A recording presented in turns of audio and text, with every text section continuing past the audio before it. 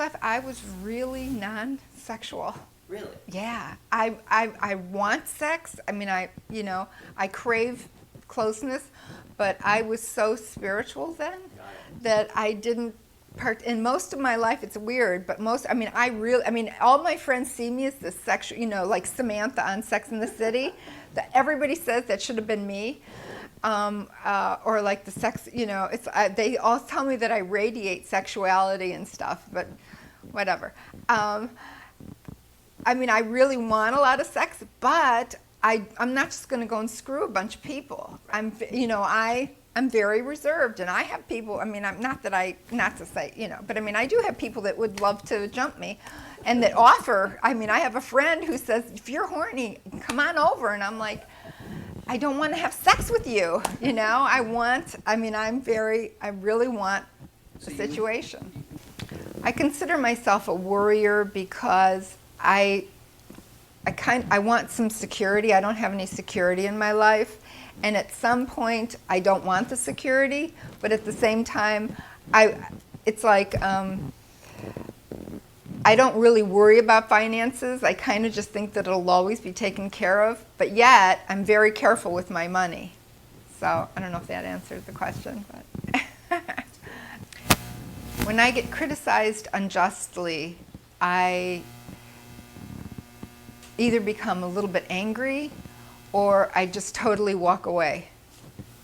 When people criticize me for something that I don't feel is appropriate or constructive, it kind of like hurts my soul, like really pierces me,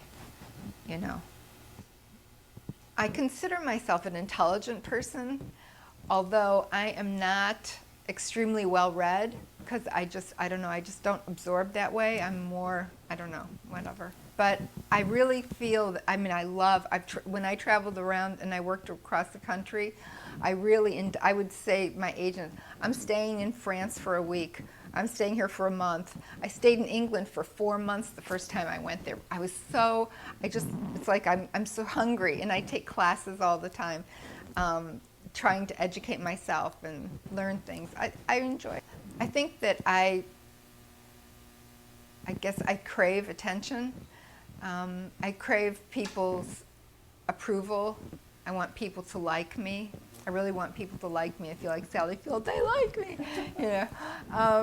But I think it's really important. And I think I come from a tough childhood, and so with that, I guess I always crave, approval.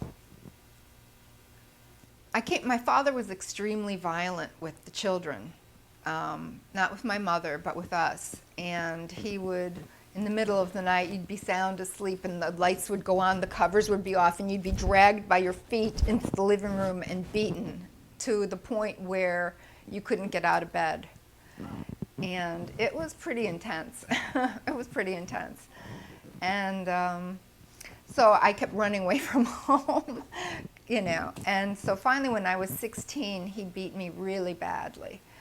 And when I could walk and stand on my own 2 feet, I said, if I ever know you're going to hit me, or if you ever hit me again, once I heal, I'm going to leave home and I will never live here again.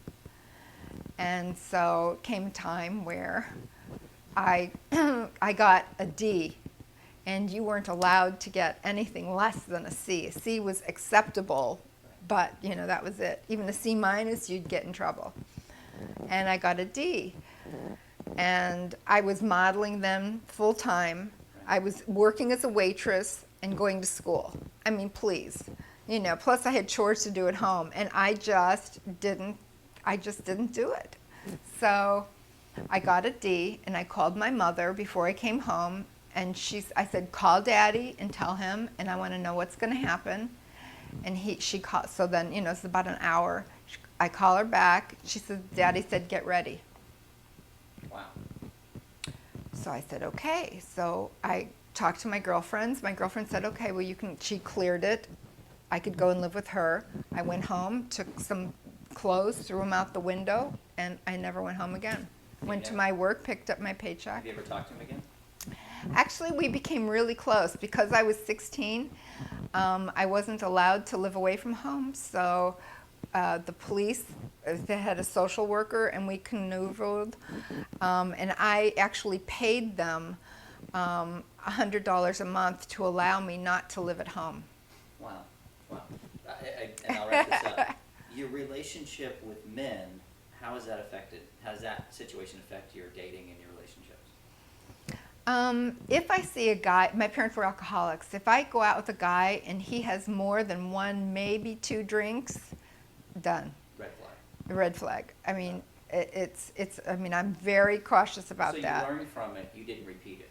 Correct. Yeah, I don't drink, hardly ever. And you didn't date guys that were abusive and or aggressive? Well, actually, my husband wound up beating the dickens out of me, and I left him the next day. Good. But, so I don't know how I did that. It sounds like you healed it. You learned from it and Yeah. healed it rather than learn from it and repeat it. I hope so. Nice job. Thanks. I'm not married, but let's see. See what I've come. I guess I'm afraid. That's why I haven't gotten. Got it. Actually, all worry is fabricating events in your mind which might or might not happen. So it's an excessive imagination with anxiety. Yes, sir. Jean, yeah. The excessive imagination and anxiety are spiraling them forward through time, basically, causing this. That's a fascinating observation of the trait. Spiraling them forward through time with anxiety. If it ends below the margin, it's a negative spiral. Well, if it ends below the margin, well, I think if it ends below the margin, it may not even be an M anymore. It would be a different trait. I don't see this a lot, but I have found it to be true. And then you find out if they have anxiety. Now, they would worry more if their baseline is straight or if it's bouncy. Which one? Straight. Why would straight baselines worry more? Because they're more rigid about how things should be. And if things are supposed to be aligned and they're not aligned, they have anxiety if they're not aligned. So this lady actually was a very good friend of Michael Jackson's, and they hung out a lot, and she was really torn up about it. But she asked us specifically how this was going to be used because she may end up in the tabloids. However, she will decline any comments because she was approached by Michael Jackson's attorneys to surrogate his children. But she knew that she was unable to have children, so she had to turn it down. And she was talking to me about the fact she knew she would have the security and that she really adored Michael and they got along really well, which I think is her whole part of cuddling, since I hadn't seen this until today. But the way she spoke about him, they were very affectionate and very touchy and playful, which is exactly what she just told us that she liked.